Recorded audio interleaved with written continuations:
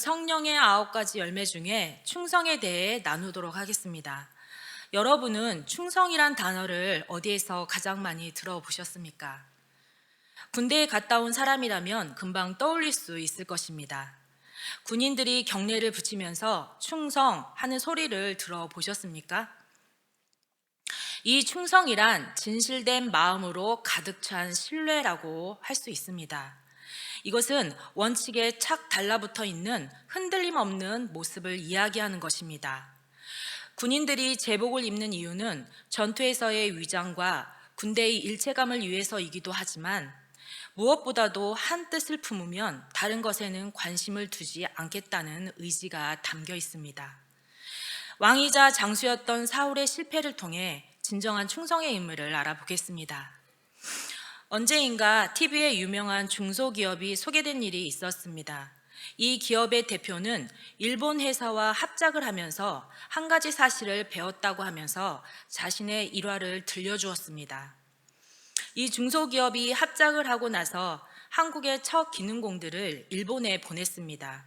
그들은 국내에서도 손꼽히는 기능공들이었기에 일본에서도 인정받을 것이라고 생각했습니다. 그런데 이들은 처음에는 퇴짜를 맞았다고 합니다.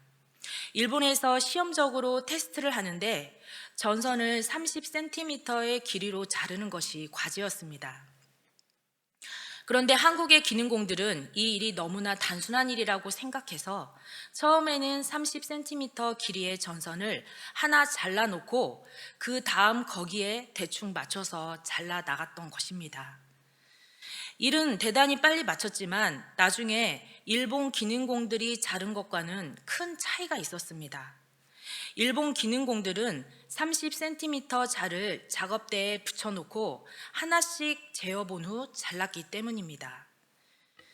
이 중소기업의 사장은 이 일을 겪은 후 좋은 제품을 만들기 위해서 원칙이 얼마나 중요한지를 깨달았다고 합니다. 오늘 본문은 믹마스 전투에서 블레셋과의 전쟁을 했던 사울 왕과 이스라엘 백성의 이야기입니다. 사울이 이스라엘 왕이 되어 백성들을 다스린 지 2년째 되던 해에 그는 이스라엘 사람들 중에서 3,000명을 뽑았습니다. 2,000명은 믹마스와 베델의 산지에 자신과 함께 주둔하게 했고 1,000명은 베냐민 지파의 기브아 언덕에 주둔하면서 요나단의 주의를 받게 했는데 그때 요나단이 게바에 주둔하던 블레셋 수비대를 공격했습니다.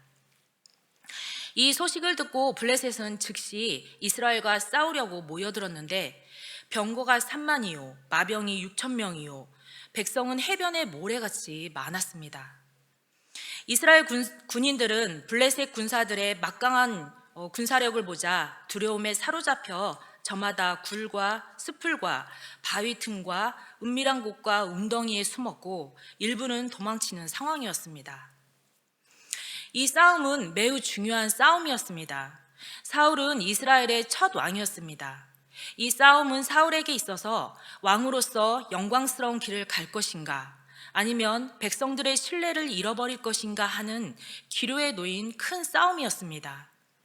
전투의 지휘관인 사울 왕은 블레셋 군대와 마병이 많은 것을 보고 이스라엘 백성들이 당황하자 빨리 전투를 임하고자 했습니다.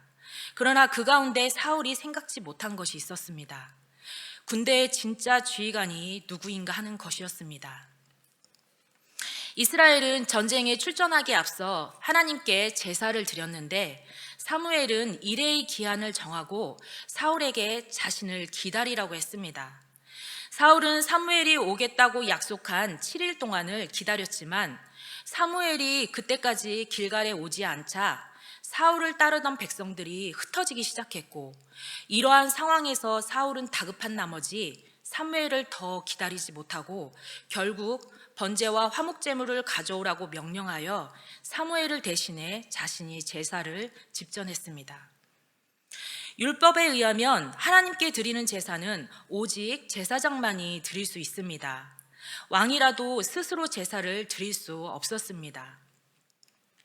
제사는 하나님께서 정하신 규례를 따라 드려야 하나님이 기쁘게 받으시는데, 만일 하나님이 정하신 규례와 관계없이 드리는 자의 마음대로 드리면 하나님께서 기쁘게 받으시지 않으시는 것은 물론이고, 하나님을 모독함으로 오히려 하나님의 심판이 임하게 됩니다. 이것은 오늘날 우리가 드리는 예배에도 동일하게 적용됩니다. 하나님이 기뻐하시는 예배란 하나님께 대한 감사와 경외의 표시로 온 마음과 정성을 다해 드리는 예배입니다. 요한복음 4장 24절에 하나님은 영이시니 예배한 자가 영과 진리로 예배할지니라 라는 말씀처럼 우리는 영과 진리로 마음과 뜻과 정성을 다해서 하나님을 예배해야 합니다. 사무엘은 사울에게 이레를 기다리라고 했습니다. 사울의 입장에서 본다면 언제 블레셋이 공격해 올지 모르는 상황에서 이레의 정한 기간이 불필요한 시간이었고, 사무엘에게 원망스러운 마음도 들었을 것입니다. 또 이스라엘 군사들은 블레셋을 두려워하여 하나둘씩 대열에서 이탈하며 도망치고 있는 상황이었습니다. 한 명의 군사라도 더 있을 때 제사를 지내고 출전을 해야 하는데 하루도 아니고 이레씩이나 기다리라고 했으니 사울의 마음은 다급했을 것입니다. 하지만 전쟁은 하나님께 속한 것입니다. 하나님이 이레를 기다리라고 했으면 하나님의 뜻을 구하며 기다려야 합니다. 아무리 급해도 하나님께서 정하신 시기는 생명처럼 소중히 여겨야 할 시간인 것입니다. 결국 사울은 하나님의 정한 시간을 소중히 여기지 않고 자기 멋대로 제사를 드림으로써 하나님께 돌이킬 수 없는 죄를 짓게 된 것입니다. 사울이 번제를 드리기를 마치자 사무엘이 도착했습니다. 사무엘이 사울에게 왕이 무엇을 한 것이냐라고 책망하자 사울은 이렇게 대답합니다. 우리 11절에서 12절을 함께 다시 읽어보겠습니다. 사무엘이 이르되 왕이 행하신 것이 무엇이냐 하니 사울이 이르되 백성은 내게서 흩어지고 당신은 정한 날 안에 오지 아니하고 블레셋 사람은 믹마스에 모였음을 내가 보았으므로 이에 내가 이르기를 블레셋 사람들이 나를 치러 길갈로 내려오겠거늘 내가 여호와께 은혜를 간구하지 못하였다 하고 부득이하여 번제를 드렸나이다 하니라. 사울의 이 말을 보면 사무엘은 사울과 정한 기한에 실제로 오지 않은 것처럼 보일 수가 있습니다. 그러나 사울이 제사를 드린 직후에 사무엘이 온 것으로 보아 사무엘은 정한 기한이 지나기 전에 온 것이 분명합니다. 아마도 사울은 정한 이레가 되도록 사무엘이 나타나지 않자 조급함을 견디지 못하고 제사를 드렸을 것입니다. 즉 백성은 흩어지고 사무엘은 오지 않고 블레셋은 곧 공격해 올 것 같아서 스스로 제사를 드렸던 것입니다. 사울은 왕이 되자 하나님은 안중에없고 자신의 힘으로 나라를 이끌어 가려고 했던 것입니다. 만일 사울이 하나님의 말씀을 신뢰했다면 하나님의 사람인 사무엘의 말을 어기고 임의대로 제사를 드리지 않았을 것입니다. 번제는 올라가다라는 의미를 가지고 있는데 이는 제물의 모든 것을 다 태우고 난 뒤 연기가 올라갈 때 하나님이 그 제사를 받으신다라는 의미를 가지고 있습니다. 이같이 모든 제물을 완전히 태우는 번제는 일반적으로 완전한 헌신을 의미합니다. 또한 화목제는 하나님과 화목한 것에 대한 감사의 표시입니다. 그런데 사울에게 있어서 제사는 하나님께 대한 온전한 헌신과 충성과 교제가 아닌 군사들에게 용기를 주고 전쟁에서 이기기 위해 드리는 것이었기에 제사의 규례를 어기더라도 무조건 제사만 드리면 된다는 불신앙의 모습을 드러낸 것입니다. 그리고 사울은 제사장의 권리를 침해하여 스스로 하나님께 제사를 드린 데 대해서 상황이 그렇게 어쩔 수 없었다라고 사무엘에게 변명하고 있습니다. 이에 대해 그에게 내려진 저주가 무엇인지 13에서 14절을 함께 읽어보겠습니다. 사무엘이 사울에게 이르되 왕이 망령되이 행하였도다. 왕이 하나님 여호와께서 왕에게 내리신 명령을 지키지 아니하였도다. 그리하였더라면 여호와께서 이스라엘 위에 왕의 나라를 영원히 세우셨을 것이거늘 지금은 왕의 나라가 길지 못할 것이라. 여호와께서 왕에게 명령하신 바를 왕이 지키지 아니하였으므로 여호와께서 그의 마음에 맞는 사람을 구하여 여호와께서 그를 그의 백성의 지도자로 삼으셨느니라 하고, 사울은 청천벽력 같은 소리를 듣게 되었습니다.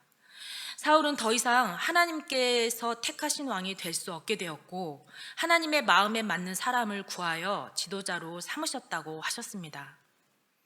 하나님은 어떠한 상황에서도 우리가 하나님의 말씀을 신뢰하기를 원하십니다.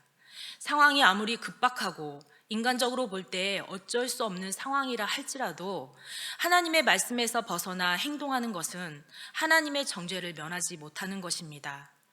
우리 또한 하나님의 말씀을 믿는다 하면서 실제 상황에서는 하나님의 말씀을 거스르고 그 상황에서는 어쩔 수 없었다라고 하며 자기죄를 합리화하지는 않는지요. 누구도 사람인 이상 실수나 죄를 범하지 않고 살 수는 없습니다. 하지만 문제는 범죄 후의 자세입니다.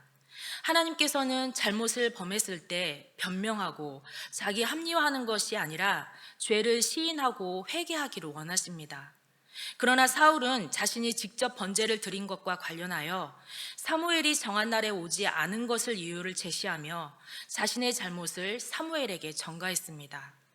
이런 그의 모습은 사무엘상 15장에 암말렉과의 전투에서 모든 것을 죽이라는 하나님의 명령을 어기고 백성이 당신의 하나님 여호와께 제사하려 하여 양들과 소들 중에 가장 좋은 것을 남기며 그 외의 것은 우리가 진멸하였나이다 라며 자신의 불순종에 대해 백성에게 그 책임을 전가하는 모습에서도 동일하게 나타납니다. 그 결과 하나님께 어떠한 책망을 듣게 되는지 우리 2장을 넘기면 사무엘상 15장 22에서 23절을 함께 읽어보겠습니다. 사무엘상 15장 22에서 23절입니다. 사무엘이 이르되 여호와께서 번제와 다른 제사를 그의 목소리를 청종하는 것을 좋아하심같이 좋아하시겠나이까.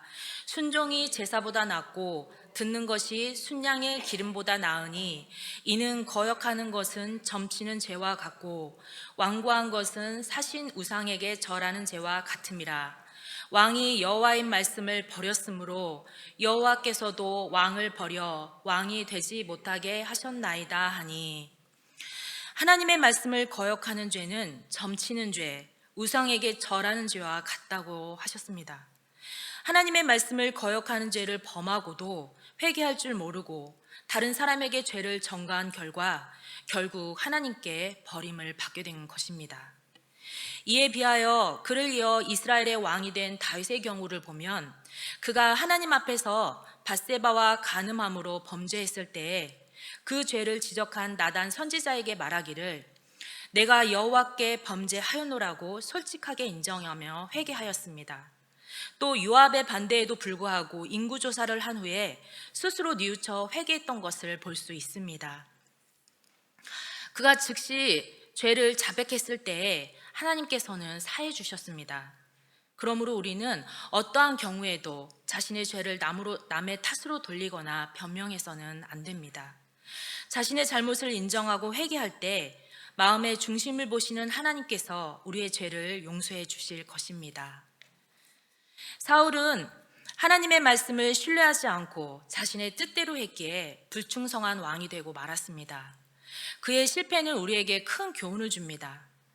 우리가 충성한다는 것은 큰 일에 충성하는 것이 아닙니다.